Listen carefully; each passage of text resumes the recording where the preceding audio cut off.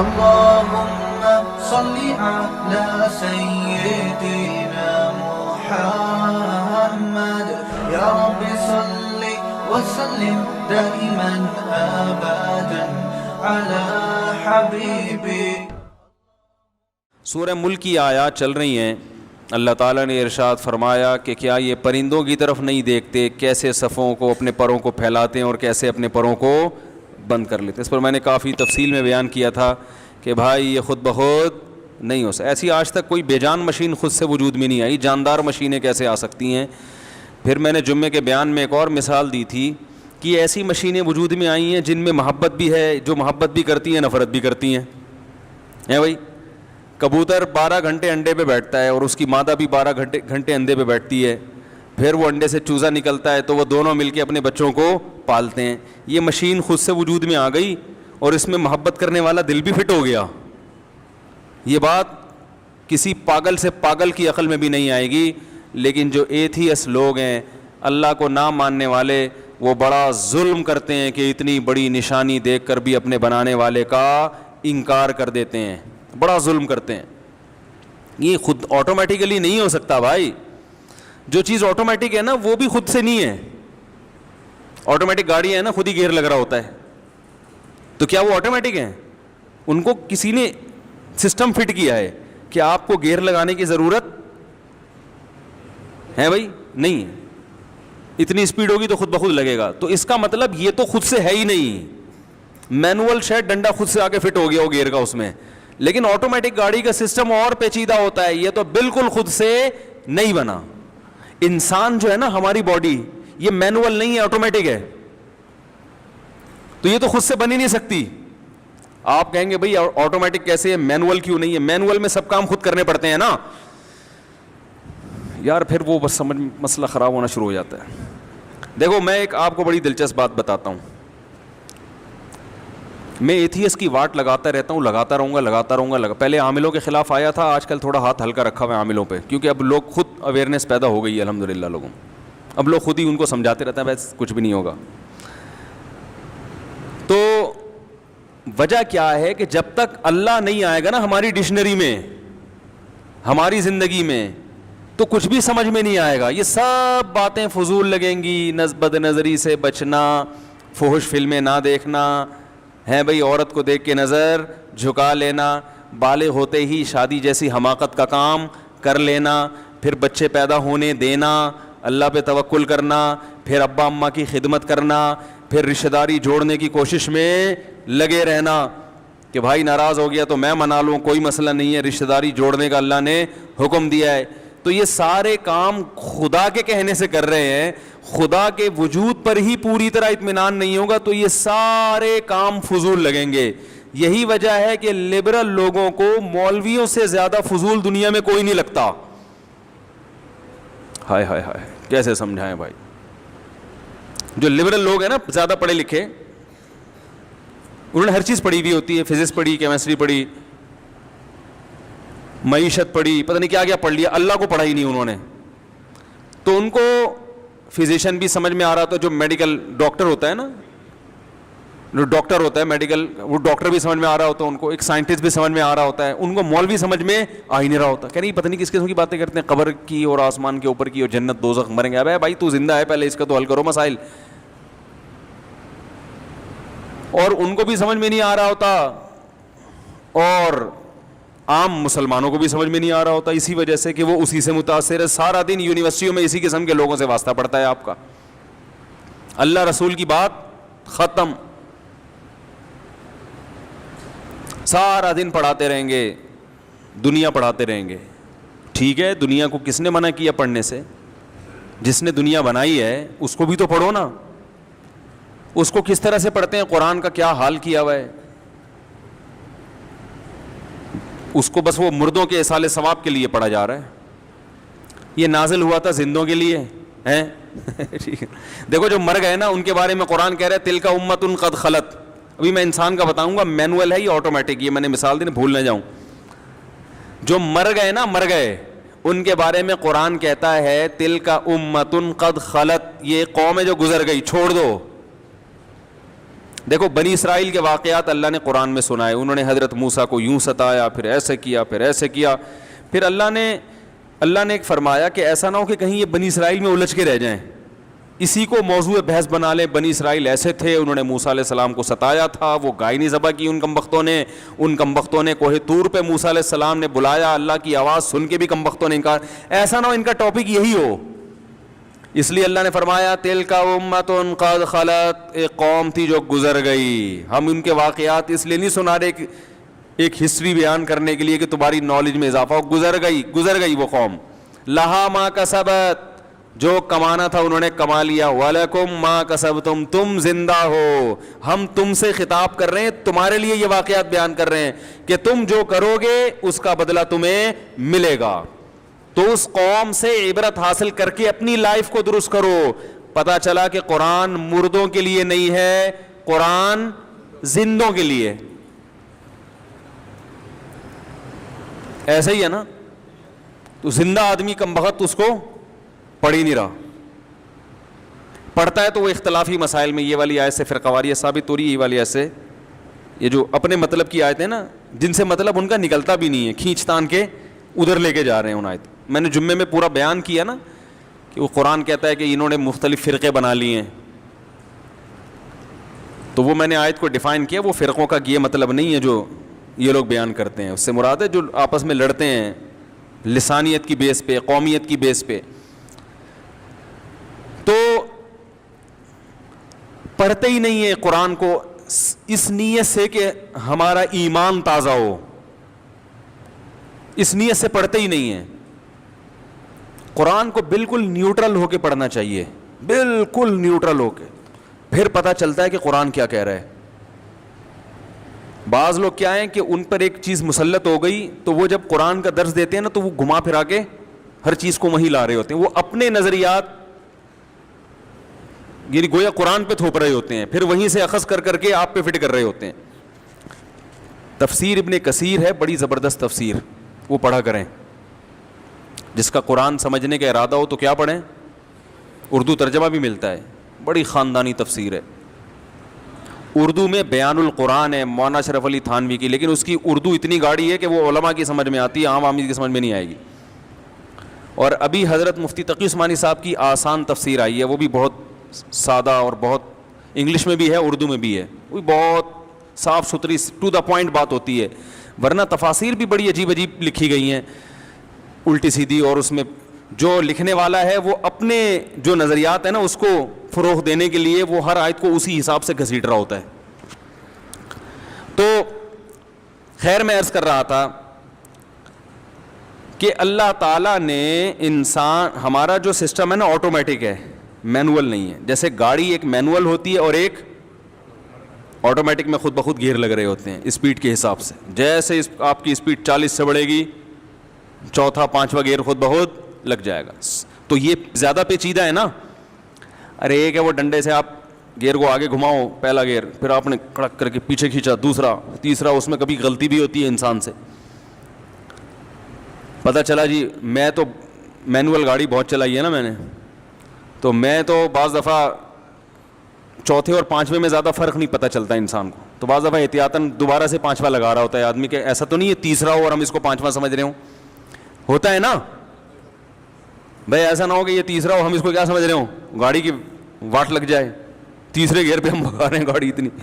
بعض دفعہ پہلے اور تیسرے میں شبہ ہو جاتا ہے, اسپیڈ کم ہے آپ سمجھ رہے ہیں پہلا ہے حالانکہ وہ تیسرا ہوتا ہے, تو پھر انسان دوبارہ پہلا ہی لگا دیتا ہے. میرے ساتھ ایسا کہتے وہ پہلے میں لگا ہوا ہے, ہم نے دوبارہ پہلا, تو ہمارے ساتھ بیٹھے جو بندہ بیٹھا ہوتا ہے میرا ہاتھ پکڑ لیتا ہے, مجھ سے صاحب 3 دفعہ پہلا گیئر لگا چکے ہو آپ, صحیح ہے نا, 3 دفعہ پہلا گیئر, یہ گیئر ٹوٹ جائے گا. میں نے جب سب سے پہلے گاڑی خریدی نا, FX تھی وہ, یہ بات ہوگی 2008 یا 9 کی, FX خریدی تھی. میری بائک چوری ہوئی, میں نے کہا میں بائک کے بجائے ڈائریکٹ گاڑی پہ آؤں گا, ہمت مرداں مدد خدا. ہم نے کہا ایسی کی تیسی گاڑی لیں گے. تو 40,000 کی FX خریدی قسطوں پہ, سوچو اس کا حال کیا ہوگا. ہم نے کہا تجربے کے لیے یہ ٹھیک ہے. 40,000 کی FX خریدی, 3,000 روپے ماہانہ قسط تھی اس کی. لیکن جنہوں نے دیکھا نا کہ اتنی سستی صرف 3,000, لیکن جب گاڑی دیکھ کے کہتے تھے تو کہتے تھے اتنی مہنگی. تو خیر بڑا دلچسپ قصہ ہے, ابھی سنانے کا نہیں ہے, موضوع رہ جائے گا. تو وہ ایسی تھی کہ اس کا میں ایک دفعہ گیئر لگایا تو دوبارہ لگایا تو وہ گیئر ہی میرے ہاتھ میں آ گیا. 2 دفعہ ایسے ہوا ہے کہ وہ میرے ہاتھ میں ہی آ گیا گیئر نا. تو میکینک کو بلایا, میں نے کہا اس کو ایلفی سے جوڑو یار, کچھ کرو اس کا. تو جو مینول گاڑی ہوتی ہے اس کا سسٹم اتنا پیچیدہ نہیں ہوتا کیونکہ آپ خود کنٹرول کر رہے ہوتے ہیں. آٹومیٹک میں آپ کو یہ ٹینشن نہیں لی جاتی. آٹومیٹک دیر سے ایجاد ہوئی ہے, اس میں محنت زیادہ ہے, اس کا سسٹم زیادہ پیچیدہ ہے, وہ خود سے وجود میں نہیں آ سکتی کہ گاڑی کو خود پتا ہو کہ اتنی اسپیڈ ہونی ہے تو میں نے خود ہی یوں کر کے گراری پہ گراری چڑھا دینی ہے. ایسا بہت مشکل ہوتا ہے. تبھی گاڑیاں ایجاد ہوئے ہوئے کتنے 100 سال سے زیادہ ہو گئے, آٹومیٹک سسٹم اب آیا ہے چند سال پہلے. ہم پرانی گاڑیاں دیکھتے ہیں تو اس میں نہیں ملتی ہیں آپ کو, پرانے ماڈل نہیں ملیں گے آپ کو. کتنی محنت کے بعد اب جا کے اتنی ترقی ہوئی ہے کہ یار. تو یہ جو ہماری باڈی ہے نا یہ بھی آٹومیٹک ہے, پتہ ہے آپ کو. ہمارے ایک دوست ہیں ان کو شوگر ہے, شوگر جب ہوئی تو وہ ڈاکٹر کے پاس گئے کہ مجھے شوگر ہو گئی ہے. ڈاکٹر نے بھی کہا کہ کوئی, ڈاکٹر نے تسلی دی, انہوں نے کہا کوئی اتنا بڑا مسئلہ نہیں ہے. انہوں نے شوگر کو ڈیفائن کیا. انہوں نے کہا دیکھو جیسے آٹومیٹک گاڑی میں اور مینول گاڑی میں فرق ہوتا ہے نا, ایسے ہی شوگر کے مریض میں اور وہ آدمی جس کو شوگر نہ ہو یہ فرق دونوں میں. ہماری باڈی میں آٹومیٹک سسٹم لگا ہوا ہے جو شوگر کو خود بخود مینٹین کرتا ہے. آپ چینی زیادہ کھا لو گے تو وہ خود بخود کنٹرول کرے گی. وہ لبلبا ہمارا جو ہے نا وہ انسولین چھوڑتا ہے اور وہ خود بخود کنٹرول میں رکھتا ہے. لہذا چینی زیادہ بھی کھا لو گے تو نقصان نہیں ہوتا, کم کھاؤ گے تو بھی نقصان. وہ زیادہ کھائی بھی جو اسٹور ہوتی ہے جب کم کھاتے تو وہاں سے پوری ہو جاتی. اب آپ کی باڈی ہو گئی ہے مینول. اب آپ نے ٹیکے لگا لگا کے خود سے اس کو کیا کرنا ہے, جیسے گیئر لگاتے ہیں نا, پہلے گیئر, گاڑی کی اسپیڈ 100 کلومیٹر ہے اور گیئر پہلا لگا ہوا ہے, بیڑا گرک ہو جائے گا گاڑی کا. تو آپ کو خود 5ویں گیئر پہ گاڑی لانی پڑے گی. تو اب آپ کی باڈی میں شوگر لیول نہ ہائی ہوگا نہ لو کرنا ہے, آپ نے شوگر چیک کرنی ہے. جہاں اوپر گئی ٹیکا ٹھوکا آپ نے, ٹھیک ہے نا, اس کو نیچے لے کر آئے. کم ہے چینی کھا کے اس کو, تو ہر وقت جیب میں چینی بھی رکھنی ہے اور وہ انجیکشن رکھنا ہے شوگر گرانے کا. سمجھ میں آ رہی بات. تو شوگر کے مریضوں کو دیکھو, ایک جیب میں چینی ہوتی ہے اور ایک جیب میں, جب گیئر بڑھانا ہے ٹھیک ہے نا تو ادھر سے چینی کھائی, شوگر لیول ہائی کیا. کم کرنا ہے ٹیکا لگا کے اس کو, وہ 24 گھنٹے وہ یہی بیچارے کرتے رہتے ہیں کہ چیک کرتے رہتے ہیں. اسی حساب سے لڈو بھی کھاتے ہیں. وہ ہمارے رشتے دار ہیں پنجاب میں, ان کو شوگر ہے تو وہ رسگلے کا ڈبہ لا کے رکھا, وہ ماشاء اللہ ٹھوک رہے ہیں. وہ انسولین ہوتی ہے نا جو لیتے ہیں. تو میں نے کہا یہ کیسے یار, ان کو تو شوگر. انہوں نے کہا بھائی تھوڑی سی مقدار بڑھا دوں گا انجیکشن میں نا, 2 لڈو زیادہ کھا لیے ہیں تو تھوڑی سی مقدار. اب دیکھو ہم اگر 4 لڈو بھی کھا لیں تو ہماری باڈی خود اس کو سنبھال لیتی ہے. تو آپ اندازہ لگاؤ کہ خدا نے تو ہمیں آٹومیٹک پیدا کیا, مینول پیدا, اور صرف اس میں نہیں ہے, ہر چیز میں ہماری باڈی آٹومیٹک ہے. ہر چیز میں, ہر چیز میں خود سمجھتی ہے کیا کرنا ہے. سردیوں میں ہماری باڈی اپنے آپ کو سردیوں کے حساب سے ڈھالتی ہے, گرمیوں میں اپنے آپ کو گرمیوں کے حساب سے ڈھالتی ہے. ٹینشن میں اپنے آپ کو اس حساب سے. دیکھو جن بچوں کو بچپن میں ٹینشن ہوئی, بہت زیادہ ٹینشن نہیں, تھوڑی بہت ٹینشن ہونی چاہیے انسان کو, اس سے کیا ہوتا ہے ہماری باڈی میں ٹینشن برداشت کرنے کی صلاحیت پیدا ہوتی ہے. تبھی یہ جو ممی ڈیڈی والے بچے ہوتے ہیں نا برگر فیملیوں کے, یہ پاگل جلدی ہوتے ہیں. پتہ ہے آپ کو, یہ جب پریکٹیکل لائف میں آتے ہیں تو اسکول میں گئے تو وہاں پھڈے بازی شروع, تو انہوں نے کبھی گھر میں ابا سے پٹے ہی نہیں ہوتے, کبھی ٹینشن دیکھی نہیں ہوتی, کبھی کسی نے اونچی آواز سے ان سے بات نہیں کی ہوتی, ساری ہر کام ان کا وقت پہ ہو رہا ہوتا ہے. تو ذرا سی کہیں ٹینشن آئے یہ فوراً ڈپریشن کی طرف چلے جاتے ہیں, کیونکہ ان کی باڈی کو میں وہ صلاحیت ہی پیدا نہیں ہوئی غموں کو جھیلنے کی, ٹینشن کو. غریب کا بچہ دیکھو وہ ڈپریشن میں نہیں جاتا, غریب کا بچہ پٹ پٹ کے جوان ہوتا ہے گھر میں. ٹھیک ہے, ایک رضائی میں 10-10 بچے سو رہے ہوتے ہیں, انجوائے کرتے ہیں اسی کو. ہیں, پھڈے ہوتے ہیں ان کے رات کے وقت نا رضائی پہ, لحاف پہ, وہ انہی پھڈوں میں آخر بالآخر جوان ہو جاتے ہیں. پھر ان کو کوئی نقصان بھی ہو پرواہ نہیں ہے بھائی, ہم نے تو اس سے بڑے بڑے نقصان تو بغیر رضائی کے سوئے ہیں سردیوں میں. تو اللہ تعالیٰ نے انسان کو ایسا بنایا. تبھی میں کہتا ہوں کہ لڑکوں کو لڑکوں میں رکھا کرو, تھوڑا سا پھڈے بازی بھی کرنے دیا کرو, بہت زیادہ چھوئی موئی نہ بناؤ. زندگی بڑی خطرناک گزرتی ہے انسان کی مستقبل میں, بڑی بہت آزمائشیں آتی ہیں. اتنا زیادہ چھوئی موئی بنا دینا اس کو, یہ اس کے لیے نقصان دہ ہے. مائیں بعض دفعہ اپنے بچوں پہ بالکل بھی سختی نہیں کرتی. بچے کو ماں سے تو کم از کم پٹتے رہنا چاہیے وقتاً فوقتاً. باپ کی مار پھر زیادہ ڈینجرس ہو جاتی ہے, وہ زیادہ سخت ہو جاتی ہے. ماں سے جو بچہ پٹتا ہے نا وہ بہت اچھا بنتا ہے, بالکل تمیز سے زندگی گزارتا ہے. جو مائیں ذرا کنٹرول رکھتی ہیں, سختی کرتی ہیں بچپن میں, بڑے ہو کر نہیں, پھر بچپن میں. میں ایک گھر گیا, میں نے دیکھا چھوٹا بچہ 7 سال کا لڑکا جھاڑو لگا رہا ہے اور اس کو چھوٹا بھائی پوچھا لگا رہا ہے. بڑے میں نے کہا یہ کیا؟ ماں کا روب ہے. ماں نے بولا آج میری طبیعت خراب ہے چلو. وہ بیٹے کیا کر رہے ہیں؟ مجھے بڑی خوشی, میں نے کہا یار یہ تو بڑی اچھی تربیت ہو رہی ہے نا.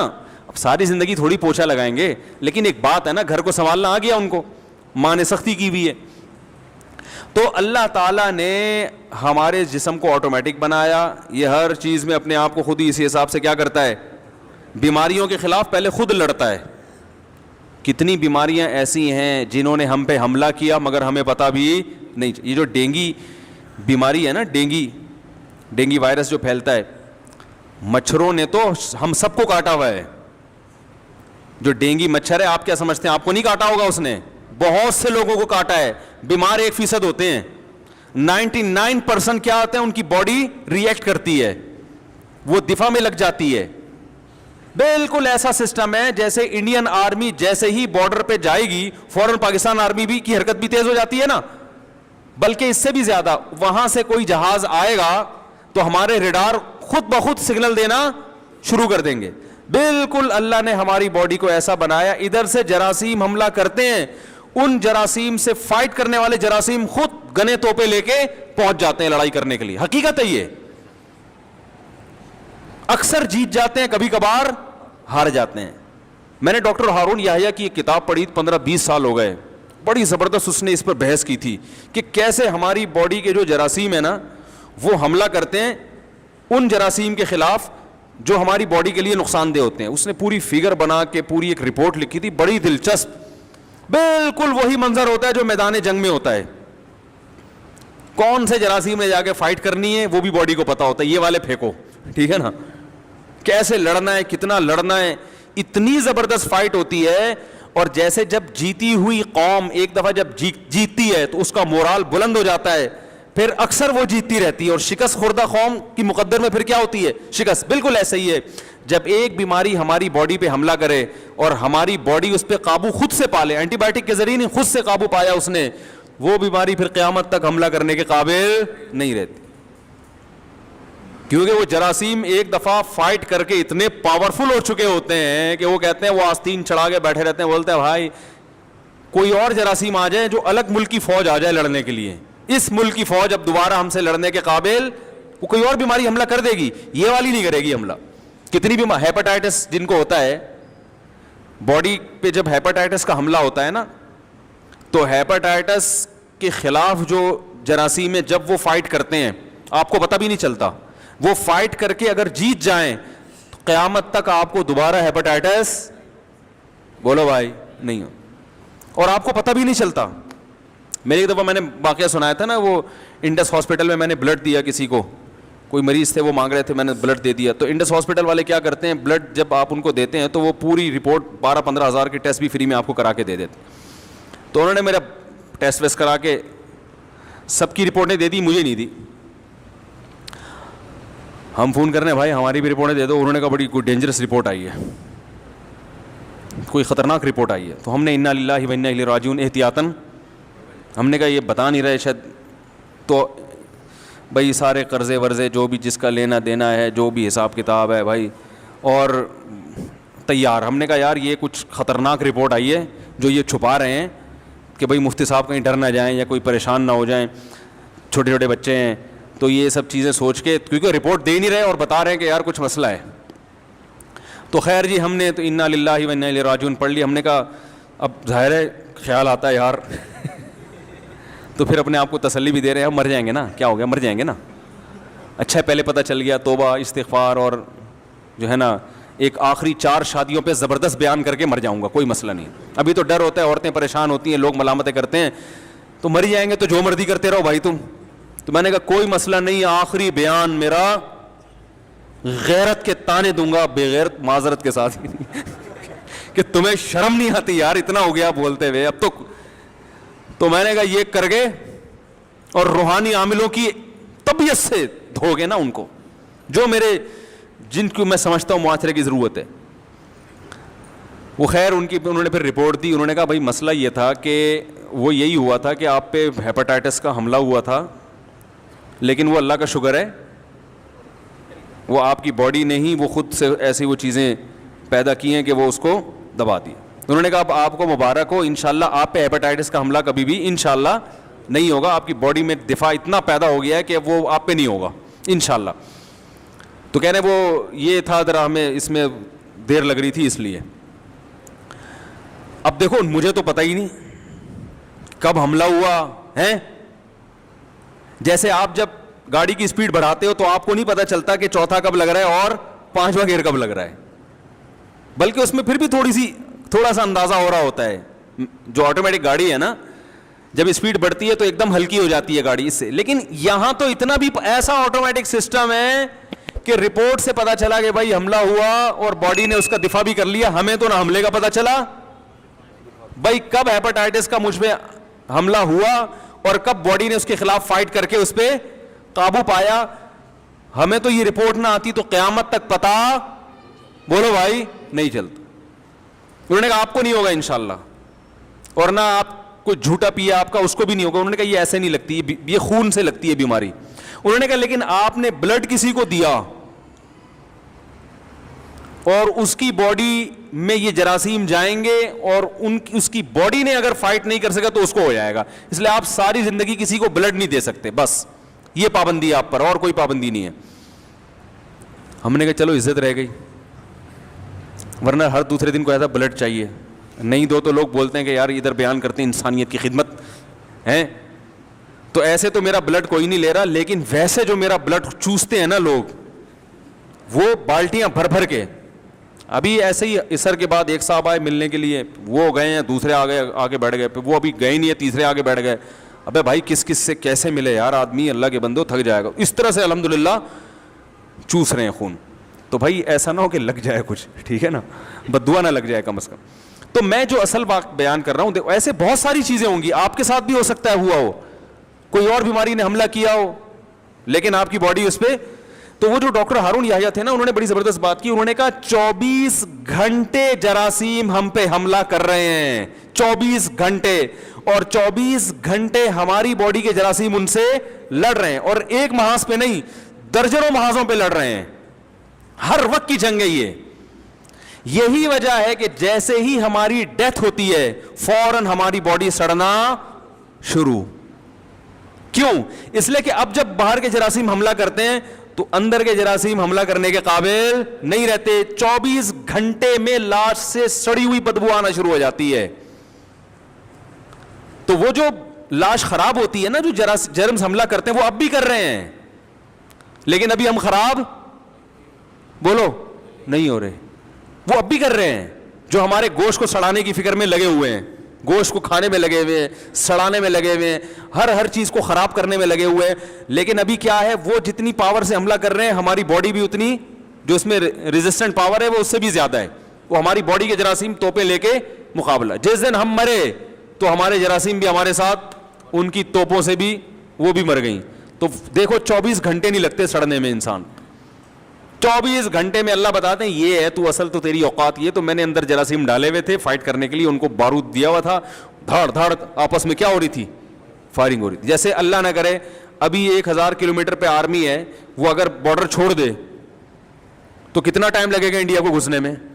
24 گھنٹے میں ملک کا بیڑا ایسا ہی ہے نا, بیڑا غرق ہو جائے گا ملک کا. تو ہر وقت کی فائٹ ہو رہی ہے, ہمیں نہیں پتا ہے, بارڈر پہ سب کچھ ہر وقت وہ ادھر روک کے رکھے ہیں, انہوں نے ادھر ہمارے والوں کو روکا ہوا ہے.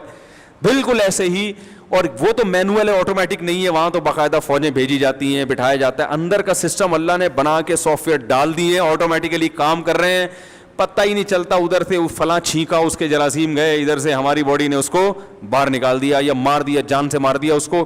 ایسا خاندانی سسٹم اللہ نے بنایا ہے. اور یہ بھی عجیب بات میں آپ کو بتاؤں, دیکھو آپ نے دیکھا ہوگا کچھ لوگ بہت اچھا کھاتے ہیں, شکل پھر بھی اچھی نہیں ہوتی, معذرت کے ساتھ ہیں, کیا خیال ہے؟ کچھ بہت خراب کھا رہے ہوتے ہیں, پھر بھی بہت بال بڑے گھنے ہوں گے, ان کے چمک رہے ہوں گے. یہ بھی اس لیے کہ ہماری باڈی آٹومیٹک سسٹم ہے اس کا, وہ مینوئل نہیں ہے. بالوں میں گندھک ہوتی ہے, سلفر ہوتا ہے, تو اب آپ نے بالوں کو خوبصورت بنانا ہے, فش میں ہوتا ہے نا یہ, تو فش آپ نے کھانا شروع کی, کیا سب کے بال خوبصورت ہو جاتے ہیں؟ تھوڑا سا فرق پڑے گا, زیادہ نہیں پڑتا. اور ایک آدمی ہے جو کریلے کھا رہا ہے صبح شام, بال اس کے, وجہ کیا ہے؟ یہ بھی اللہ نے باڈی میں نا آٹومیٹک سسٹم لگایا ہوا ہے کہ اللہ نے اس کو خوبصورت بنایا ہے, تو اس کی خوبصورتی کو مینٹین رکھنے کے لیے جن جن چیزوں کی ضرورت ہے, اور جہاں ضرورت ہے, روٹی جب ہم کھائیں گے تو باڈی وہ تمام چیزیں وہاں سے کھینچ کے اپنی اپنی جگہ پر اپنے ڈپارٹمنٹ میں خود بخود پہنچا دے گی. سمجھ رہے ہیں؟ وہ خالی روٹی پہ ہی بہت اچھے سیٹ ہوئے ہوتے ہیں, ٹھیک ہے نا. اور ایک آدمی مچھلی کھا کھا کے, مچھلی کے کیپسول کھا کھا کے پھر بھی گنجا ہے, وہ بال خوبصورت تو دور کی بات, اگ ہی نہیں رہے. فرق پڑتا ہے گولیاں کھانے سے, لیکن زیادہ نہیں پڑتا. گاڈ گفٹڈ, جس میں یعنی اللہ کی طرف سے جو گفٹ, قدرتی جو تحفہ ملا ہوتا ہے نا, وہ زیادہ مؤثر ہے اس میں. لمبے قد, چھوٹے قد, یہ سب آٹومیٹک سسٹم ہے. میری ایک چھوٹی بچی نا, وہ اس کے ٹونسلز تھے, بیمار رہنے لگی تھی, وہ خیر علاج ہوا اس کا, تو کھاتی بھی بہت کم تھی. میں نے ڈاکٹر سے کہا, میں نے اس کا قد نہ چھوٹا رہ جائے. ڈاکٹر نے کہا قد نہیں چھوٹا رہے گا. انہوں نے کہا یہ اللہ نے ایسا سسٹم بنایا جس نے لمبا ہونا ہے نا, وہ تھوڑا بھی کھائے گا وہ لمبا ہو جائے گا, وہ لمبا ہوگا. اور جو کمبخت, معذرت کے ساتھ کمبخت تو نہیں کہنا چاہیے, جس کو اللہ نے چھوٹے رہنے کے لیے بنایا ہے, وہ جائیدادیں بھی کھا جائے گا, وہ لمبا نہیں ہوگا. وہ اتنے کا, وہ ایک ٹھگنی عورت سے شادی ہو گئی نا, ایک آدمی کی ایک ٹھگنی عورت سے شادی ہو گئی, بچے اتنے نا, اب وہ بڑے ہی نہیں ہو رہے. وہ بھائی وہ ماں پہ چلے گئے تھے, ٹھیک. تو وہ ماں بچوں کو کہہ رہی ہے کہ کھانا کھا لو بیٹا, جلدی جلدی کھا لو, بڑے ہو جاؤ. تو وہ کہہ رہے یہ بڑے نہیں ہوں گے, یہ اتنے کے اتنے ہی رہیں گے. کہہ رہے ان کے ساتھ کے پودے لایا تھا, وہ بڑے ہو گئے, یہ کمبخت اتنے کے اتنے ہی ہیں. وہ پودے اتنا کھا نہیں رہے, اس کو تم کو دیکھو کہاں تک نکل گئے وہ. تو وہ جل کٹ کے کہہ رہا تھا کہ یہ ٹھگنی سے شادی کرنے کا نتیجہ ہے کہ یہ, اور کہہ رہے جتنا کھلائے گی نا اور چھوٹے ہو جائیں گے یہ. تو خیر یہ تو ایک مزاح ہے, لیکن حقیقت یہی ہے کہ جس کو اللہ نے جیسا بنا دیا. حکیم سعید صاحب بڑے پیارے آدمی تھے, بڑی پیاری, ہم نونہال پڑھا کرتے تھے بچپن میں. آج کل تو بچوں کو کوئی ڈھنگ کی چیزیں پڑھنے کو دی نہیں جاتی, ویڈیو گیم میں لگایا ہوا ہے. بڑی پیاری باتیں اس میں ہوتی تھیں نونہال میں. تو کسی نے ان کو لکھ کے دیا میرا قد چھوٹا ہے, مجھے کوئی دوا دیں بڑا ہو جائے. انہوں نے کہا یہ بڑا نہیں ہو سکتا, آپ اپنی سوچ کو بلند کر لو, آپ فکر کو بلند کر لو. قد کے لحاظ سے آپ چھوٹے ہو, کارنامے آپ کے بلند. یہ مینوئل ہے, یہ آٹومیٹک. تو کام ایسے کرو کہ چھوٹے قد کے باوجود لوگ آپ کی عزت کریں. بولے چھوٹا قد ہے, کام اس کے بڑے بڑے. عبداللہ ابن مسعود رضی اللہ تعالیٰ عنہ کا چھوٹا قد تھا, اور پنڈلیاں چھوٹی چھوٹی پتلی پتلی پنڈلیاں تھیں. دبلے بھی بہت تھے, قد کے چھوٹے بھی بہت تھے. نبی صلی اللہ علیہ وسلم اپنے ازار کو نا آدھی پنڈلی تک رکھا کرتے تھے. عبداللہ بن مسعود تھوڑا نیچے رکھتے تھے, ٹخنوں سے اوپر, مگر پنڈلی چھپاتے تھے.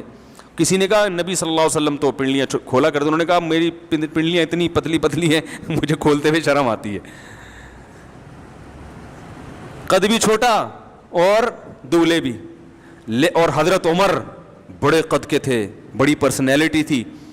لیکن عبداللہ بن مسعود جب مدینہ منورہ آتے, حضرت عمر استقبال میں کھڑے ہو جاتے, سینے سے لگاتے, فرماتے ہیں کنیفن ملئ علما, چھوٹا سا آدمی ہے, علم سے بھرا ہوا ہے. علم لمبوں سے زیادہ ہے, یعنی لمبے میں تو کیپیسٹی زیادہ ہوتی ہے نا, اس میں زیادہ علم آ سکتا ہے. کہا کہ علم لمبوں سے زیادہ کس میں ہے؟ ان میں. تو بڑا احترام کیا کرتے تھے. اور اہل کوفہ سے کہتے حضرت عمر کہ میں نے اپنے آپ پر تم کو ترجیح دے کر یہ بندہ تمہارے پاس بھیجا ہے, یعنی ایسے صاحب علم کی مجھے ضرورت تھی, مگر میں تمہارے لیے قربانی دے رہا ہوں کہ جس کو میرا دل چاہتا ہے اپنے پاس رکھوں وہ میں تمہیں دے رہا ہوں, یہ میں قربانی دے رہا ہوں. کتنے چھوٹا. حضرت بلال حبشی کو دیکھ لو, سیاہ رنگ تھا, موٹے ہونٹ تھے, لیکن آج جب ان کا نام زبان پہ آتا ہے کیسی محبت دل میں پیدا ہوتی ہے. تو کارنامے کیا تھے؟ سفید تھے. سمجھ میں نہیں آ رہی بات؟ تو اللہ تعالیٰ نے ہمارے جسم کو بنایا ہے آٹومیٹک. لمبے بال ہیں تو وہ ہوں گے, وہ خود بخود ہماری باڈی جب ہم کھانا کھائیں گے ادھر سے جو چیزیں اس نے نکالنی ہے نا وہ نکول کے اپنی جگہ ٹھکانے لگا کے خود ہی فٹ کر رہی ہوتی ہے. لہذا ان چیزوں میں نا جو قدرتی چیزیں ہیں ان میں زیادہ کانٹ چھانٹ کی کوشش نہ کیا کریں. یہ زیادہ تھوڑے بہت ہو سکتا ہے بال گر رہے ہوں بیماری سے, وہ کھا لیں آپ, کیا ہے یار وہ سربیکزی تھوڑی دن تک کھا لی, وہ تھوڑا سا کور کر لے گی لیکن زیادہ نہیں کرے گی. لوگ 40 سال کے بعد کوشش کر رہے ہیں کہ بال سفید نہ ہو. وہ بھائی نہیں ہے, تھوڑے دن تک چلو کچھ مچھلیاں زیادہ کھا لیں تو کچھ دن تک تو ہو جائے گا, پھر ہو جائیں گے. وہی فطرت سے لڑنے کی کوشش مت کرو, یہ تو قدرت کی طرف سے ہوگا. ڈاکٹروں کے سفید ہو جاتے ہیں بال, دیکھو آپ جس ڈاکٹر کے پاس آپ جا رہے ہو نا میرے بال کالے کر دو, وہ خود سر اتار کے دیکھو تو کالا کولا لگا کے بیٹھا ہوا ہوگا وہ, تو ٹوپی اتار کے سر اتار کے نہیں. تو اللہ تعالی میں یہ عرض کر رہا ہوں دیکھو کہ مینول گاڑی کا سسٹم کم پیچیدہ ہوتا ہے, آٹومیٹک کا زیادہ. تو ہم کہتے ہیں یہ تو خود سے بن ہی نہیں سکتی. تو انسان کی باڈی آٹومیٹک ہے, ہمارے زخم خود بھرتے ہیں. کیا خیال ہے؟ زخم ہو جائے آپ علاج نہ بھی کرائیں خود ہی فیلنگ شروع, ہیلنگ بھی اور فیلنگ بھی خود بخود شروع ہو جاتی ہے نا, خود بخود زخم. بچوں کی صبح شام کتنی چوٹیں لگتی ہیں. ایسے واقعات بھی آئے ہیں, ایک صاحب زخمی ہوئے, ان کے یہاں سے نا ایکسیڈنٹ میں ادھر سے دماغ کا تھوڑا سا حصہ نکل آیا, بھیجا نکل آیا. ڈاکٹروں نے کہا مر جائے گا, اور پیرالائز بھی ہو گئے. اللہ کی قدرت, کچھ دنوں کے بعد دماغ نے اپنی ڈینٹنگ پینٹنگ کا کام خود ہی شروع کیا, ریپیئرنگ خود بخود ہو رہی ہے. ہوتے ہوتے ہوتے ہوتے دماغ کا یہ حصہ خود بخود کام کرنا شروع ہو گیا. ڈاکٹر حیران ہو گئے یار یہ یعنی وہ جو حصہ پیرالائز ہوا تھا وہ ٹھیک ہو گیا. باڈی نا خود بخود اپنے آپ کو ریپیئر کرنے میں بالکل ہی کچومر نہ نکلا ہو. اب ظاہر ہے انگلیاں کٹ کے ادھر چلی گئیں, وہ ریپیئر ہو کے تھوڑی فٹ ہو جائیں گی. باڈی جس دن پریشان, جس دن کوئی زخمی ہوتی ہے اسی دن سے باڈی کے اندر خود بخود ریپیئرنگ کا کام شروع ہو جاتا ہے خود بخود. تو کیسا اللہ کا نظام ہے. بچہ پیدا ہوتا ہے ماں کی چھاتیوں میں آٹومیٹک دودھ آ جاتا ہے. تو بھائی یہ خود سے نہیں ہو سکتا. کیا خیال ہے بھائی؟ یہ خود بخود نہیں ہو سکتا, یہ ناممکن ہے. کوئی ہے بنانے والا, اور وہ بنانے والا ہم سے خطاب صرف قرآن میں کرتا ہے, اپنی پہچان. میں نے دہریے سے پوچھا, میں نے کہا مجھے بتاؤ یہ انسان کی باڈی خود بخود بنی ہے تو یہ دانت منہ میں کیوں لگے ہیں, ہاتھوں میں کیوں نہیں ہیں؟ چبانے کے لیے یہاں ہوتے نا, ہم یوں روٹی چبا کے منہ میں لے جاتے. یہ یہیں کیوں اگ گئے؟ اس لیے کہ کھانے کا عمل زبان سے شروع ہوتا ہے نا, یہی اللہ نے چبانے کے لیے دانت بھی پیدا کر دی, اور کیسے ترتیب سے جوڑ دیے اس کو. زبان ان کے درمیان میں نہیں پھنستی, حالانکہ زبان اور زبان کی فٹنگ دیکھو دانتوں کے درمیان میں کیسے ہے, بولتی ہے تو کیسے گھومتی رہتی, لیکن دانتوں کے بیچ میں نہیں آ رہی. وہ بھائی تھوڑی سی لمبی ہوتی تو دانتوں کے بیچ میں, تھوڑی سی چھوٹی ہوتی تو تے نکالنے میں مشکل ہوتا. سے تے یہ الفاظ تو نکلتے ہی نہیں نا.